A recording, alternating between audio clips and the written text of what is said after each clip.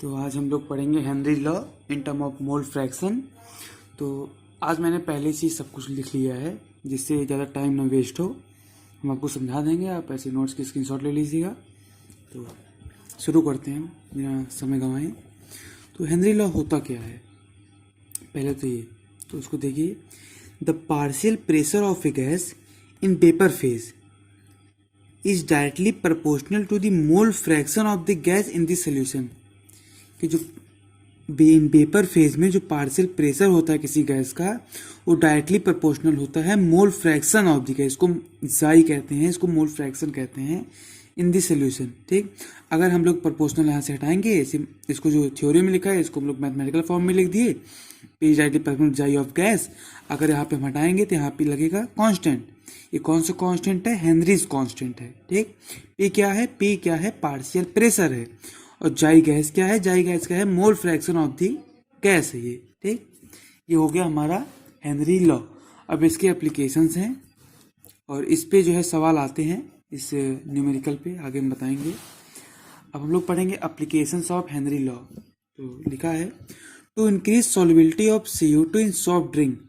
जैसे किसी भी कोल्ड ड्रिंक वगैरह में देखिए तो उसमें कार्बन डाइऑक्साइड मिला रहता है।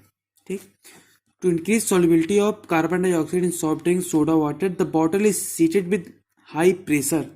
जैसे कोई कोल्ड ड्रिंक है, ठीक है, आप उसको सेक कर रहे हैं, हिला रहे हैं बहुत देर तक, उसके बाद आप अचानक से उसके ढक्कन खोल दीजिए तो उसका जो प्रेशर है इतना हाई हो जाता है कि जो कोल्ड ड्रिंक है वो बाहर गिरने लगता है। ठीक है, तो इसी यही बता रहा है कि सॉल्युबिलिटी को इंक्रीज करने के लिए, to increase solubility of carbon dioxide in soft drink soda water the bottle is seated under high pressure. बहुत ही ज़्यादा प्रेशर में जो है पैक किया गया रहता है कोई भी बॉटल। पानी का बॉटल नहीं, कोल्ड ड्रिंक का बॉटल हो गया, सोडा बॉटल हो गया, सॉफ्ट ड्रिंक्स हो गए। ठीक, अब ये देखिए, scuba diver as go under sea water. Scuba divers जो खोज करता होते हैं, समुद्र वगैरह में जाते हैं, खोज करते हैं किसी भी चीज़ की। Scuba diver as go under sea water pressure increases which increase the solubility of atmospheric gases in blood. कोई भी अगर खोजकर्ता समुद्र में बहुत देर तक रहता है तो उसका पानी नमकीन रहता है। ठीक, तो प्रेशर उसका इंक्रीज करेगा। ठीक, तो जो ब्लड में एटमॉस्फेरिक जो गैसेस होते हैं वो जो उसकी सॉल्युबिलिटी इंक्रीज करेगी। ठीक है, when the scuba divers comes toward surface, जब स्कूबा डाइवर्स सरफेस पे आ जाते हैं फिर द प्रेशर ग्रेजुअली डिक्रीजेज, जो प्रेशर बढ़ा रहता है वो अचानक से डिक्रीज हो जाता है। This release the dissolve gases and lead to formation of bubbles of nitrogen in blood. तो जब अचानक से वो घट जाता है तो जो नाइट्रोजन गैस होता है वो ब्लड में पफनेस का काम करता है, स्वेलिंग आ जाती है। ठीक, this block capillaries and create a medical condition known as bend. Bend ये एक बीमारी है, एग्जाम में आपसे पूछ लेगा कि व्हाट इज बेंड, तो आपको पूरा इतना लिखना पड़ेगा। Scuba diver as go under sea water pressure increases with increase the solubility of atmospheric gases in blood when the scuba divers comes through surface toward surface. तो जब स्कूबा डाइवर्स समुद्र में जाते हैं, आप समझिए ऐसे डिफिनेशन आप लिख लीजिए। स्कूबा डाइवर्स जब समुद्र में जाते हैं तो वहाँ पे उनका जो प्रेशर वो अचानक से बढ़ जाता है। ठीक, तो बहुत सारे उसमें गैसेस रहते हैं, नाइट्रोजन गैस, सारे गैसेस मिलके उसकी बॉडी पे अटैक करते हैं, प्रेशर वहाँ पे बढ़ जाता है। उसके बाद जब वो बाहर निकलता है तो प्रेशर अचानक से ही घट जाता है। वैसे अचानक से घटने से उसके जो स्किन पे, स्किन हो गया, ब्लड में हो गया, इस पे जो है स्वेलिंग आ जाती है। नाइट्रोजन के जो बबल्स हैं वो जो है चले जाते हैं, नाइट्रोजन कुछ अमाउंट में ब्लड में चले जाते हैं जो कैपिलरी ब्लॉक करने लगते हैं, जिससे मरने तक की कंडीशन आ जाती है। और अगर हम लोग वहाँ पे मेडिकल कंडीशन बहुत देर तक नहीं हुआ तो वहाँ पे डेथ हो सकती है। अब बेंड को बचने के लिए देखिए, नोट में देखिए, to avoid bend as well as toxic effect of high concentration of nitrogen in blood the tank used by scuba divers are filled with air aerated with helium, nitrogen and oxygen. हम लोग जो है bend से बचने के लिए, जो scuba divers जो है बेंड से बचने के लिए एक टैंक यूज करते हैं जो हीलियम से, नाइट्रोजन से और ऑक्सीजन से डाइल्यूटेड से भरा हुआ रहता है। अब हम लोग पढ़ेंगे एनॉक्सिया। ये सब एक हेनरी लॉस के एप्लीकेशंस हैं। Anoxia eight high altitude, anoxia पहले से समझ लीजिए। एनॉक्सिया होता क्या है? एनॉक्सिया जो पहाड़ी लोग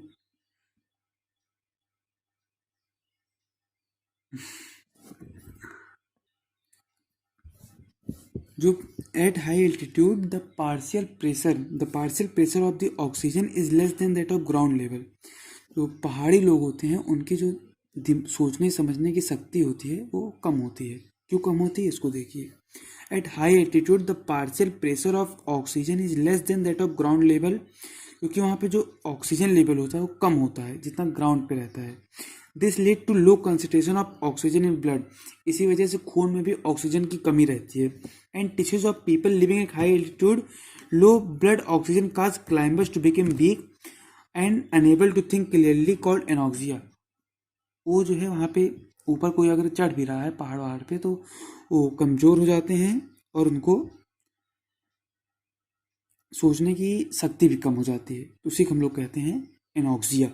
एनॉक्सिया बीमारी है जो पहाड़ी इलाकों, बहुत हाई एल्टीट्यूड पे लोग रहते हैं, बहुत ऊपर लोग रहते हैं पहाड़ लोग पे, उनकी सोचने की क्षमता कम हो जाती है। उनके जो मुंह है वो भी हल्का हल्का खुले रहते हैं, जैसे यहाँ पे कुत्ते लोग हाँफते हैं वैसे वहाँ पे वो लोग ऑक्सीजन लेने के लिए हाँफते हैं और उनके मुंह के अंदर से लार टाइप का बहुत गिरता है और इसी वजह से उनकी सोचने की क्षमता कम हो जाती है क्योंकि ऑक्सीजन की कमी रहती है। इसी को कहते हैं हम लोग एनॉक्सिया। ये एनॉक्सिया और ये बेंड एक एक नंबर का, ये दोनों तो आएगा ही आएगा। तो हम लोग देख लेते हैं कि हेनरी लॉ पे एक क्वेश्चन जो कि इम्पोर्टेंट है, इसको आप पहले पढ़ लीजिए फिर हम समझा रहे हैं। तो इसमें लिखा है H2S एक toxic gas with रॉटन egg like smell. H2S एक टॉक्सिक गैस है जो बहुत सड़ा हुआ स्मेल है। उसको एनालाइज किया गया, क्वालिटेटिव एनालाइज के लिए भेजा गया। अगर solubility of H2S gas in water at STP 0.195 molality calculate Henry loss constant. इसमें हमको सिर्फ दिया गया है कि solubility, if the solubility of H2S in water at STP 0.195, सिर्फ हमको ये वैल्यू दी गई है। ठीक, ये क्या है, ये numbers of moles of H2S gas है। ठीक, अब हमको हेनरी लॉस कांस्टेंट निकालना है। ठीक, तो पहले हम देखेंगे so molality equal to number of moles upon mass हो जाएगा। तो पहले हम देख लें फ्रॉम द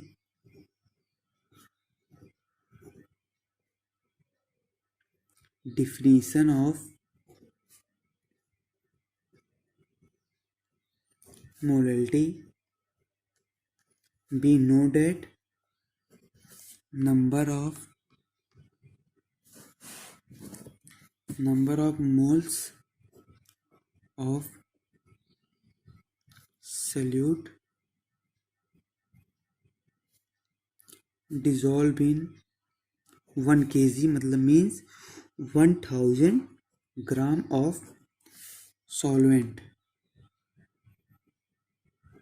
ठीक, सो तो ये हो गया from the definition of molality. Molality की डिफिनेशन हमने आपको पहले ही बता चुकी थी कि number of moles of solute dissolve in 1 kg of solvent. ठीक, तो हम लोग ये मान लेंगे जो ऊपर डिफिनेशन लिखे थे, इसका हो जाएगा 0.195 अपॉन 1000 ग्राम। अब आप लोग कहेंगे कि 1000 ग्राम कहाँ से आया, तो हमने डिफिनेशन से देखा था number of moles of solute. ठीक, सल्यूट क्या है, H2S है, dissolve in 1 kg of solvent, ये मास ऑफ H2O है जो हमें डिफिनीशन से बताया गया। ठीक, हम लोग हेनरी कांस्टेंट निकालना है तो लिख लीजिए फ्रॉम हेनरीज लॉ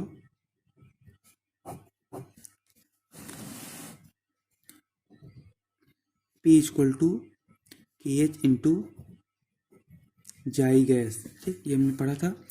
तो KH की वैल्यू देखिए P अपॉन, ये हम लोग को क्या है, ये हेनरी लॉस कांस्टेंट हमको यही निकालना है, तो इसको इधर ले आइए तो ये जाई गैस नीचे चला जाएगा। ठीक, हम लोग पहले जाई गैस की वैल्यू निकालेंगे, ये जाएगा number of moles of H2S upon number of moles of H2S plus number of moles of H2O। ठीक है,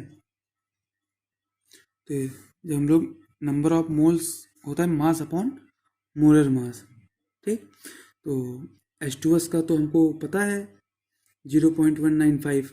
ठीक, लेकिन जो H2O का है तो H2O का हम लोग निकाल लेंगे।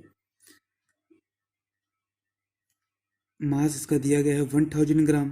ठीक, और ये मोलर मास कितना होता है 18 होता है। इसको हम लोग डिवाइड करेंगे, आ जाएगा 55.55। तो हम लोग का आ जाएगा, और ये number of moles of H2S का हम लोग को गिवन है 0.195। ठीक, अभी जाई गैस इक्वल टू जाएगा 0.195 अपॉन 0.195 प्लस 55.5 इक्वल टू, तो यहाँ पे हमें मिल गया। जब हम इसको सॉल्व करेंगे तो पहले इसको आप सॉल्व कर लीजिएगा वैसे, और इसकी वैल्यू आएगी। ठीक, ये वैल्यू आएगी तो हम लोग को मिल गया पार्शियल प्रेशर। देखिए एक चीज़ तो ये नेचुरल है, ये आप याद कर लीजिए, द पार्शियल, आपकी बुक में दिया गया है, the partial pressure of gas at STP equal to 0.987 of bar. ठीक, तो हमने ऊपर डिफिनेशन देखा था कि KH equal to P upon जाई गैस, P अपॉन जाई गैस, तो P क्या है 0.987 अपॉन 0.003435 है ये 35। ठीक, अब इसको हम लोग सॉल्व करेंगे। इसको सॉल्व करने के बाद आएगा हम लोग के पास 282। ये हो गया Henry law constant equal to answer. ऐसे ही क्वेश्चंस हैं, NCERT आप सब सॉल्व कीजिए। आगे के टॉपिक हम अगले लेक्चर में पढ़ाएंगे, और NCERT आप सॉल्व कीजिए। लास्ट में NCERT के न्यूमेरिकल भी सारे सॉल्व करवाएंगे। Thank you, good luck for exam.